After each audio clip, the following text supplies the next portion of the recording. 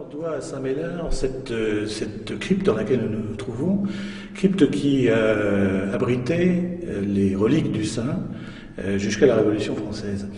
Le personnage de Saint-Médard est beaucoup plus difficile à appréhender, comme la plupart des saints bretons de haute génération. On a affaire à quelqu'un dont on ne connaît rien avant qu'au XIe siècle, un hagiographe, c'est-à-dire quelqu'un qui écrit la vie d'un saint, se mette par écrit un certain nombre de légendes se rapportant à Saint-Médard.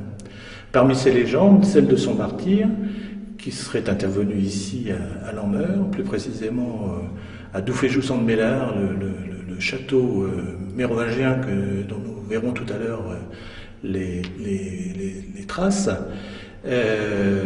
Donc Saint-Médard aurait été martyrisé dans ce château et donc, comme je le disais tout à l'heure, ces reliques auraient été transportées de manière miraculeuse ici sur un attelage conduit par des bœufs qui auraient refusé d'avancer en étant arrivés au lieu où nous nous situons.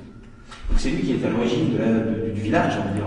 Ah, c'est lui qui est absolument... Le culte de Saint-Médard est probablement celui qui a permis effectivement d'installer ici à l'Ormeur une communauté qui était donc autour de ce sanctuaire, une communauté, donc d'abord une communauté religieuse, même si c'est très conjectural, on est obligé d'expliquer que probablement effectivement un clergé soit régulier, soit séculier, mais en tout cas s'occupait du sanctuaire ici, et en même temps du sanctuaire de Notre-Dame de Kernitron, qui se situe également sur le territoire de la commune de l'Ormeur.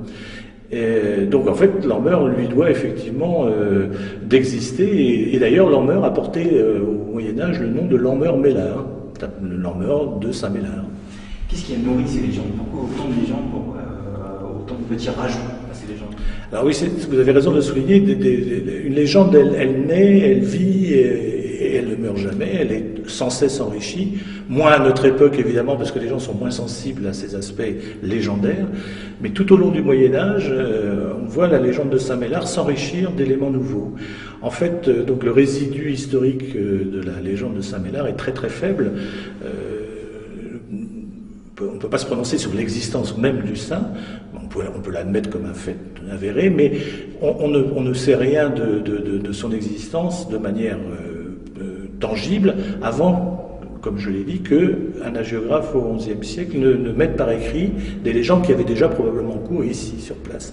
Et puis tout au long du Moyen-Âge, et même encore au XVIIe siècle, même encore au XVIIIe siècle, cette légende de Saint-Médard sera enrichie par des éléments nouveaux. En particulier, on verra la localisation de son martyre, non plus au château de Douféjou-Sainte-Médard, dont on parlait tout à l'heure, mais ici, au bourg même de l'Ormeur, dans la maison qui sert d'ailleurs aujourd'hui d'immeuble pour le Crédit Mutuel, maison qui naturellement est très très très largement tardive par rapport à l'époque où est censée